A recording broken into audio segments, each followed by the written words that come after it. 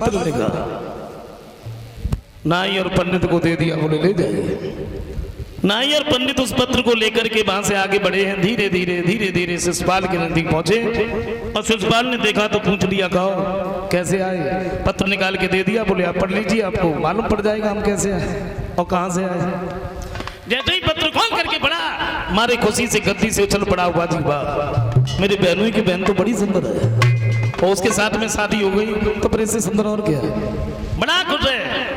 सोचने लगा भगवान हमारे जैसे बहनों ही देखा कोई मिले। लेकिन जब कन्हैया का नाम लिखा देखा तो दिल दबने लगा।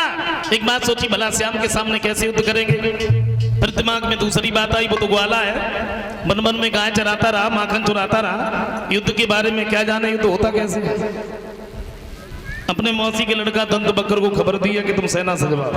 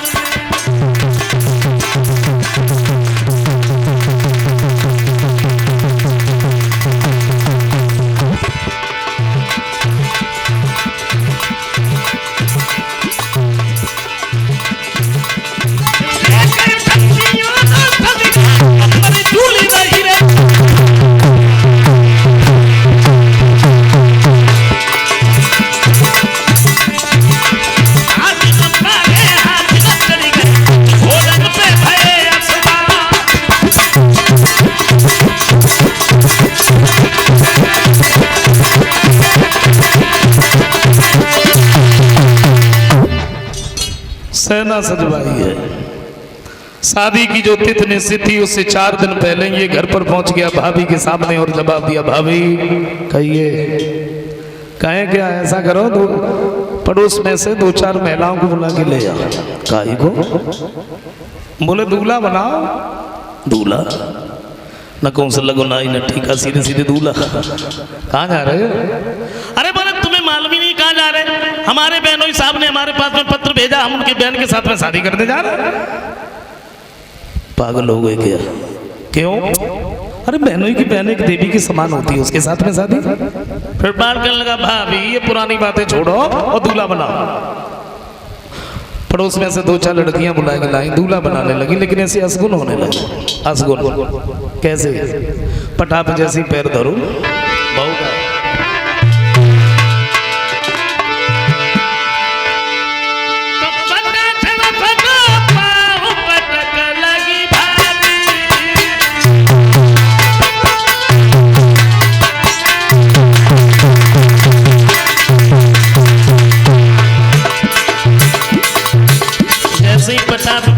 बड़ी तेजी से पटक लगी तो गिर पड़े।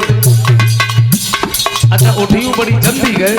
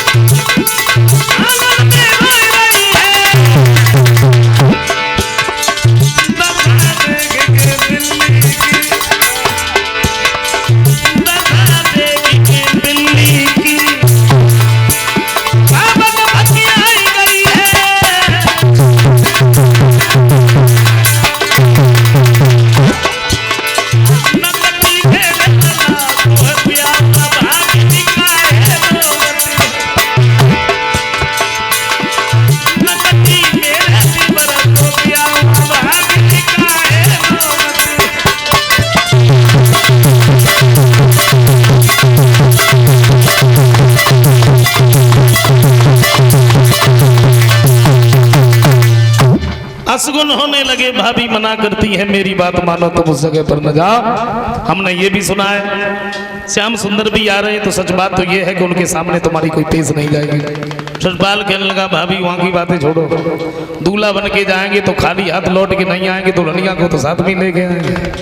तुम ये देखो दूल्हा बनने में कोई कसर बाकी तो नहीं है। तो भाभी बोली हाथ की तरफ जब देखते तो हाथ में कंगन बंधो है, सिर की तरफ जब नजर जाते सर पे मोहरू रखो है, चेहरा की तरफ जब देखते तो जब मालूम पड़ते भाई आंखन में काजल ना लो कर दी भूल। अरे पहले काजल लेके आओ, काजल लगाओ, उसके बाद में देखो मैं लगता क्या समझाइए। भागी काजल लेके आई, काजलू लगाती जाती है, समझाती जाती, देखो लल्ला अबे वो मान जा, अभी कुछ नहीं हुआ।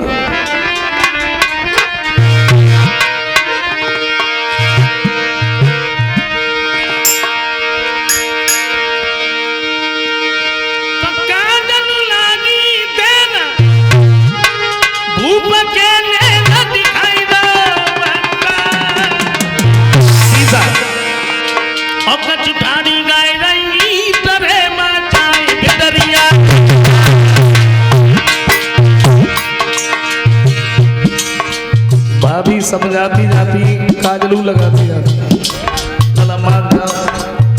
कुछ लड़कियां पीछे घुमा करके हंस लेती और कुछ खड़ी खड़ी गीत गा रही थी।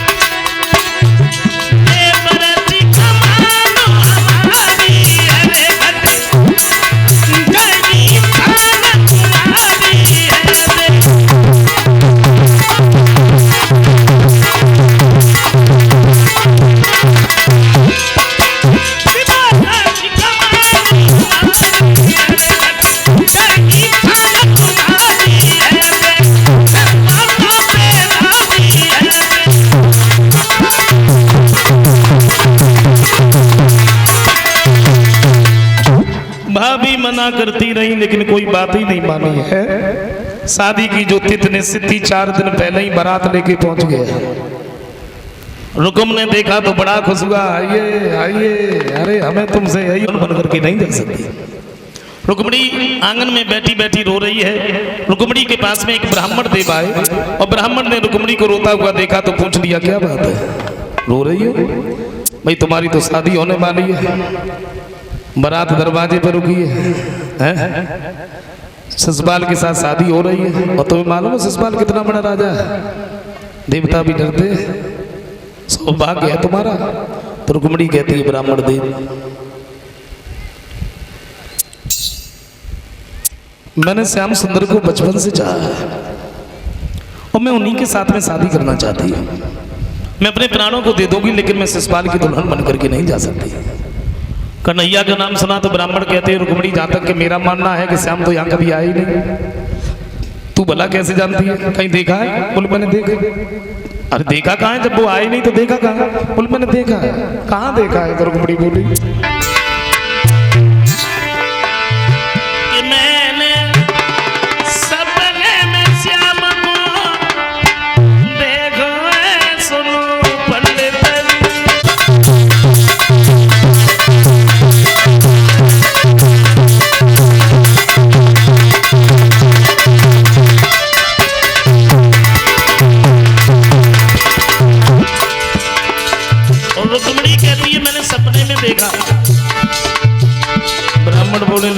मरी जाते। एक बात बता, सपने में देखे या कुछ कहीं बोले कहा नहीं तो बोले